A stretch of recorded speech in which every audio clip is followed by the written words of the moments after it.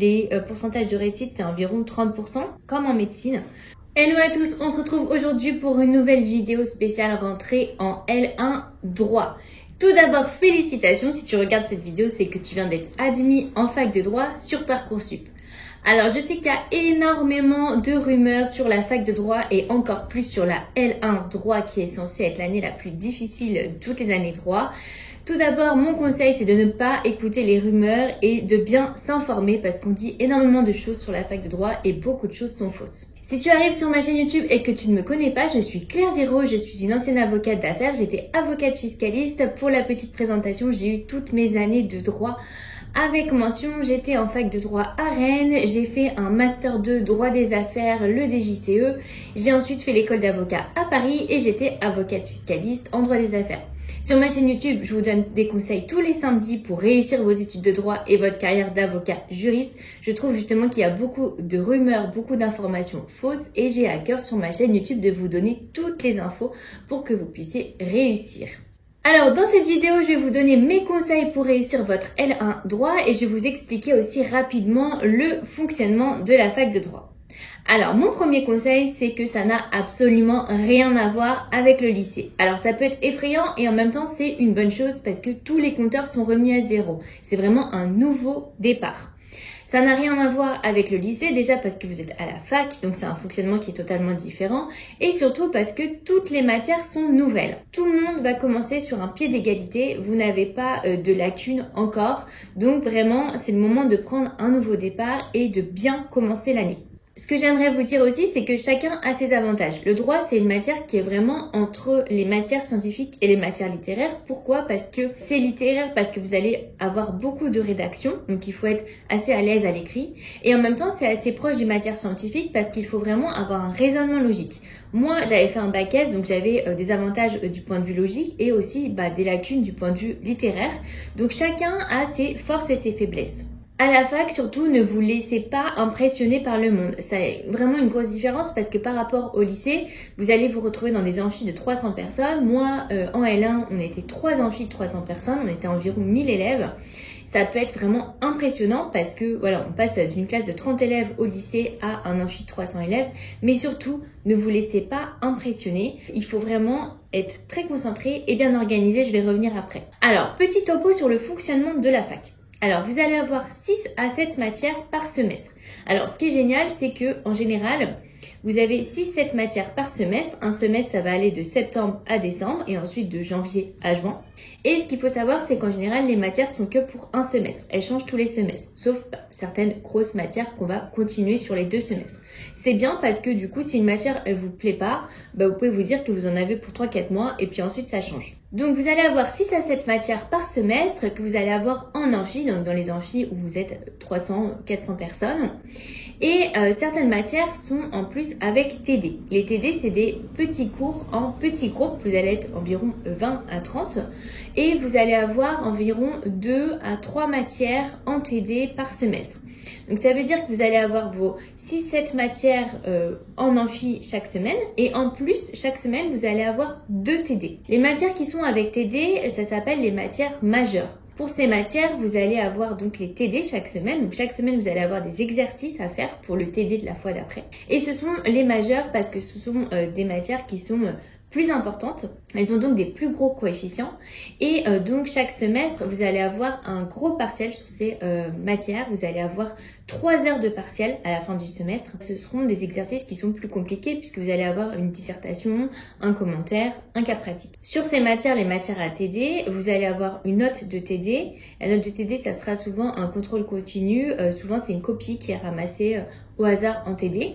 Et vous allez aussi avoir la note de galop d'essai. Le galop d'essai, c'est à mi-semestre, donc c'est en général autour de octobre-novembre. Vous allez avoir une sorte de partiel blanc. C'est pas mal parce que ça vous permet de savoir un peu comment vous vous situez. Et ensuite, vous avez les autres matières, donc environ 4 matières, où ce sont des matières mineures, donc ce sont des matières où vous n'avez pas de TD. Alors ça peut être déstabilisant parce que ça veut dire que chaque semaine, vous allez avoir le cours et vous n'avez aucun examen avant le partiel de fin de semestre.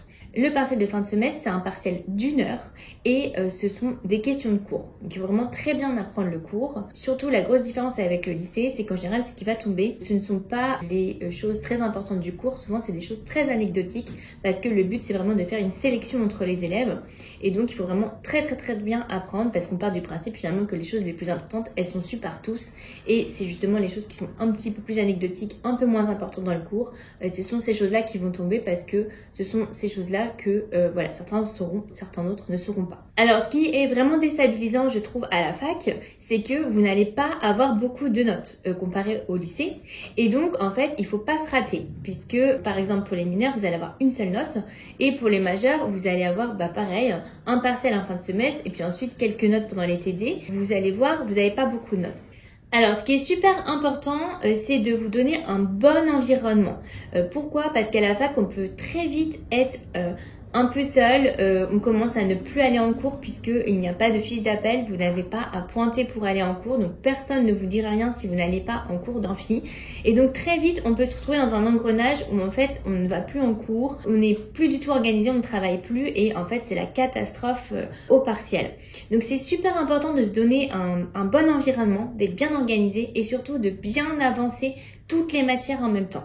Très important parce que les matières à TD, c'est un peu plus facile d'avancer puisque vous allez devoir faire vos TD chaque semaine.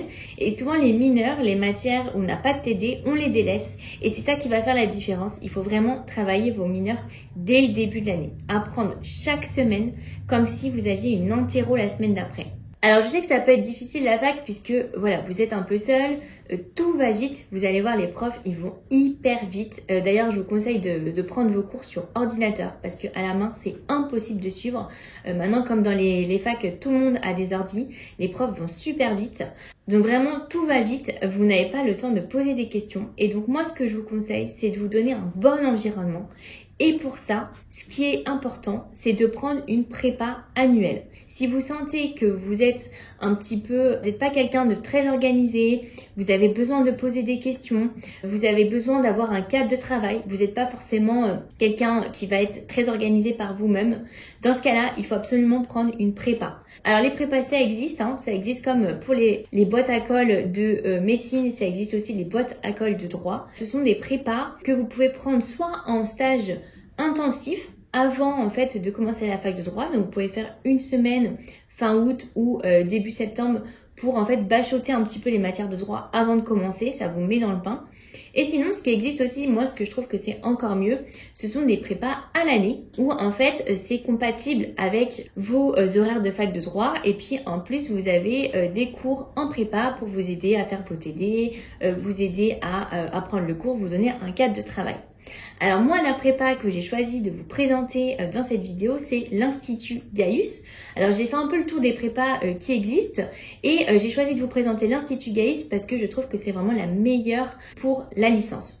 Alors l'Institut Gaius, c'est une prépa qui existe à Lyon, donc il y a une prépa physique, vous avez 400 mètres carrés de bureau à Lyon et c'est aussi une prépa en ligne. Donc j'avais aussi à cœur d'avoir une prépa en ligne, comme je sais que j'ai des abonnés dans toute la France, comme ça vous pouvez suivre cette prépa même en ligne. Aussi j'ai choisi de vous présenter l'Institut Gaius puisque ils ont des vrais profs entre guillemets, puisque certaines prépas vous font cours avec des étudiants en fac de droit. Là ce sont vraiment des vrais profs de droit, des profs d'amphi et ou des avocats et surtout l'Institut Gaius est compatible avec le planning de la fac de droit. Donc ça ne fait pas trop parce que certaines prépas vont vous submerger de cours, vous n'allez plus avoir le temps d'apprendre. Là ce sont des cours qui sont des aides au TD, donc chaque semaine vous aurez des cours sur les majeurs pour vous aider à préparer vos TD.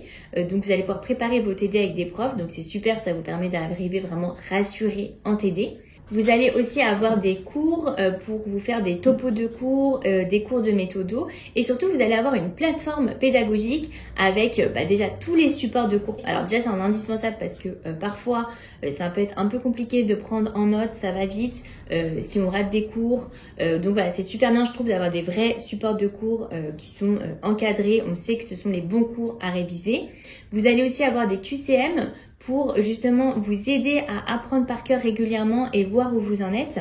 Vous allez aussi avoir des exercices corrigés. Alors ça, je trouve que c'est génial puisque je trouve qu'on n'a pas assez de corrigés et parfois ça peut être déstabilisant de réviser pour les partiels puisque voilà, on ne sait pas vraiment finalement ce qu'il faut faire au partiel. Vous allez avoir des vidéos de cours en replay, en plus des cours en ligne, en live. Et puis, vous allez aussi avoir des fiches de révision. Alors ça, je sais que ça intéresse beaucoup les étudiants. Et vous allez aussi avoir un chat où vous allez pouvoir poser vos questions. Mon deuxième conseil, ça on ne vous le dit pas très souvent, mais avoir 10 ne suffit pas. Donc ça veut dire que si vous avez 10 à la fin de l'année, bien sûr, vous pourrez passer en L2, en L3. Mais ce qui compte, c'est vraiment d'avoir des mentions. C'est pour ça que j'ai insisté dans mon introduction pour dire que j'avais la mention tous les ans, parce que en fait la vraie sélection, ce n'est pas la sélection à la fin d'année pour avoir 10 pour passer à l'année suivante.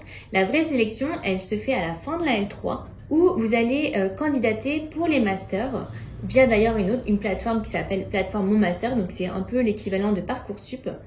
Et à la fin de votre licence, vous allez candidater pour les masters.